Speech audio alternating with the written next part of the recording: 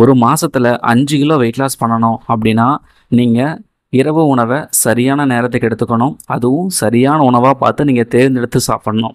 So திங்கட்கிழமையிலிருந்து ஞாயித்துக்கிழமை வரைக்கும் நான் உங்களுக்கு டயட் சார்ட் குடுக்குறேன். எந்தெந்த மாரி உணவுகள எடுத்து நம்ம வெயிட் லாஸ் பண்ணலாம் அப்படிங்கிறத டீட்டெயிலா சொல்றேன். நோட் பண்ணி வச்சுக்கோங்க. ஜீரோ சுகர் சேனலுக்கு நீங்க இப்ப தான் ஃபர்ஸ்ட் டைம் வந்திருக்கீங்கன்னா, சப்ஸ்கிரைப் பண்ணிக்கங்க. வாங்க வீடியோக்குள்ள போகலாம்.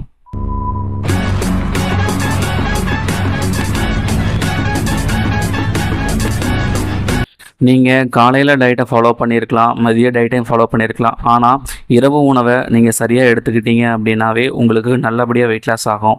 ஸோ இந்த இரவு உணவ திங்கட்கிழமை இரவு நாம் என்ன மாரி உணவை எடுத்துக்கலாம் அப்படின்னா, கோதுமை தோசை எடுத்துக்கலாங்க. இந்த கோதுமை தோசைய நீங்க வீட்ல கோதுமைய அரைச்சு சுட்டாலும் சரி, இல்ல கடையிலிருந்து வாங்கிட்டு வந்து சுட்டாலும் சரி, நீங்க ஒரு 2லிருந்து ஒரு 3 தோசை நீங்க தாராளமா சாப்பிடலாம். அது கூட ஒரு கொய்யாப்பழம் எடுத்துக்கலாம். நிறைய பேருக்கு ஒரு சந்தேகம் இருக்கும். இந்த கோதுமை தோசைக்கு நம்ம என்ன மாரி சைட் டிஷ் எடுத்துக்கலாம்? அதாவது சட்னியா, சாம்பாரா அப்படின்னு கேட்டிங்கன்னா, இது உங்களுடைய விருப்பம். உங்களுக்கு என்ன பிடிச்சிருக்கோ அதுக்கு தேங்காய் சட்னியோ, இல்ல கொத்தமல்லி சட்னியோ, தக்காளி சட்னியோ என்ன வேணால் நீங்கள் ப்ரிப்பேர் பண்ணி சாப்பிட்டுக்கலாம். அது உங்களுடைய விருப்பம். ஆனால் இந்த உணவை நீங்கள் சரியாக ஒரு 7 மணிலேருந்து 8 மணிக்குள்ளே கண்டிப்பாக எடுத்துக்கணும். செவ்வாய்க்கிழமை இரவு 7 மணிக்கு நாம் எந்த மாதிரி உணவை எடுத்துக்கலாம் அப்படின்னா, நீங்கள் தோசை எடுத்துக்கலாம். பெரும்பாலும் மக்கள் இட்லி, தோசை, சப்பாத்தி, பூரி அது மாதிரி தான் மேக்ஸிமம் சாப்பிடுவீங்க. ஒரு சிலர் நைட் டைமில் சாப்பாடு கூட சாப்பிட்ருக்காங்க. ஸோ நீங்கள் வெயிட் லாஸ் பண்ணணும் அப்படின்னு நீங்கள் முடிவு பண்ணிட்டீங்கன்னாவே நீங்கள் முடிஞ்ச அளவுக்கு இட்லி தோசையை அவாய்ட் பண்ணிக்கலாம். ஆனால் பெரும்பாலோட வீட்டில் வந்து இட்லி தோசை சுடுவீங்க.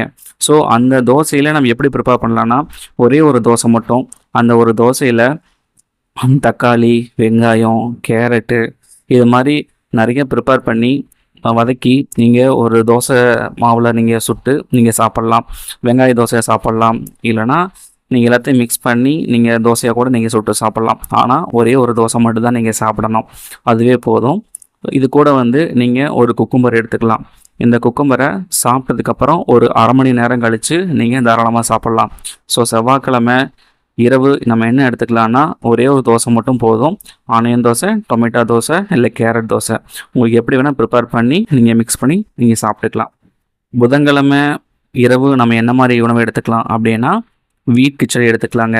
அதாவது கோதுமை உப்புமா இருக்குது பார்த்தீங்களா, அந்த உப்புமாலே வெஜிடபிள்ஸ் நம்ம நிறையா சேர்த்துக்கலாம். எப்படின்னா, எந்த அளவுக்கு ரவை எடுத்துக்கிறீங்களோ அந்த ரவை கூடவே அதே அளவு உள்ள vegetables, carrot, beans, green peas, chilli, இது தக்காளி, இதை எல்லாத்தையுமே சம அளவு எடுத்துக்கணும்.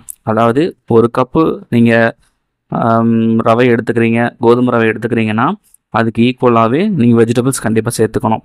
ஒரு சில என்ன பண்ணுவாங்க, வதக்கிறதுக்கு மட்டுமே கொஞ்சமாக தக்காளி, வெங்காயம் மட்டும் போட்டுட்டு தண்ணியில் கொதித்ததுக்கப்புறம் ரவை கிண்ட ஆரம்பிச்சிருவாங்க. ஆனால் நீங்கள் வெஜிடபிள் பிரியாணி செய்வீங்க பார்த்தீங்களா, அதே மாதிரி இதில் வெஜிடபிள்ஸ் நிறைய சேர்த்துரும் வீட் கிச்சடி. ஸோ இதை ஒரு 200 கிராம் நீங்கள் எடுத்துக்கலாம். இது கூட சாப்பிட்டு முடிச்சதுக்கப்புறம் ஒரே ஒரு பொமக்ரானேட் எடுத்துக்கலாம், மாதுளம்பழம். ஒரு அரை மணி நேரம் கழித்து நீங்கள் தாராளமாக எடுத்துக்கலாம். உங்களுக்கு பிரேக்ஃபாஸ்ட்டுக்கு என்ன மாதிரி உணவு எடுத்துக்கலாம், லஞ்சுக்கு என்ன மாதிரி உணவை எடுத்துக்கலாம் அப்படின்னு தெரியலையா, இந்த வீடியோ டிஸ்கிரிப்ஷனில் லிங்க் கொடுத்துக்கிறேன். Breakfast diet chart, lunch diet சார்ட்னு தனித்தனியாக கொடுத்துருக்கேன். ஸோ அந்த வீடியோ செக் பண்ணி பார்த்துக்குங்க.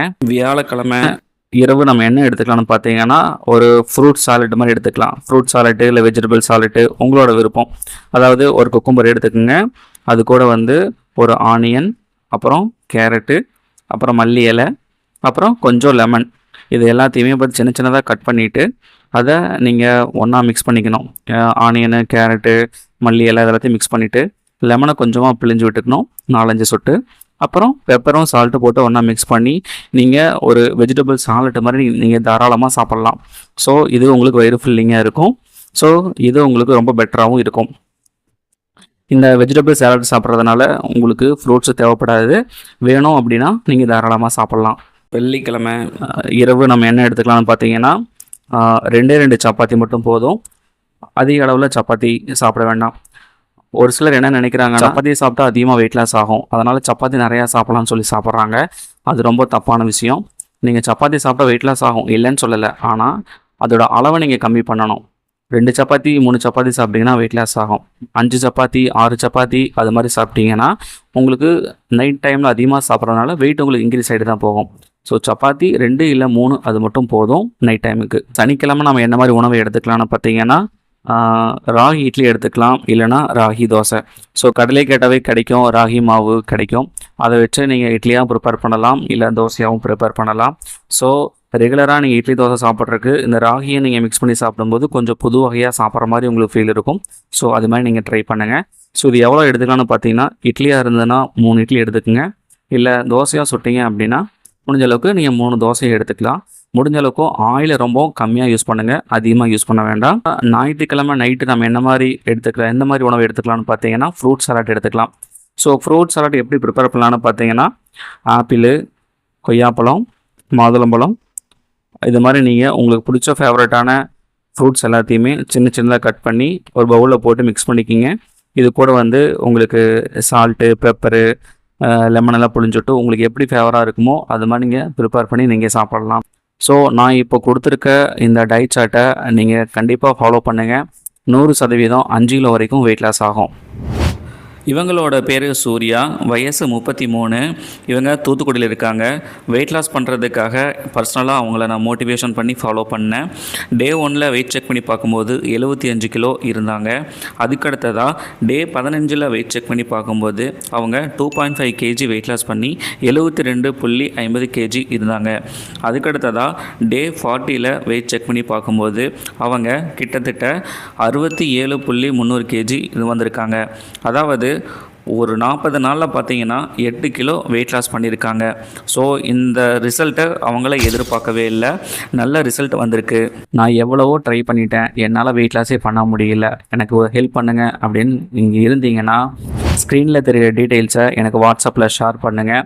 நான் உங்களுக்கு பர்சனல் டயட் சார்ட் கொடுத்து எப்படி சாப்பிட்ணும், எந்தெந்த டைமில் சாப்பிட்ணும் அப்படிங்கிறத பர்சனலாக கைட் பண்ணுறேன். ஒரு ஃபாலோஅப்பு, மோட்டிவேஷன், கைடன்ஸு எதுவுமே இல்லாதனால தான் நிறைய பேர் நல்லா வெயிட் லாஸ் பண்ண முடியாமல் இருக்குது. நான் உங்களுக்கு டயட் சார்ட் கொடுத்து ஒவ்வொரு நாளும் நீங்கள் என்ன சாப்பிட்றீங்க அப்படிங்கிறத எனக்கு ஷேர் பண்ணுங்கள். நான் உங்களுக்கு கைட் பண்ணி மோட்டிவேஷன் பண்ணுறேன்.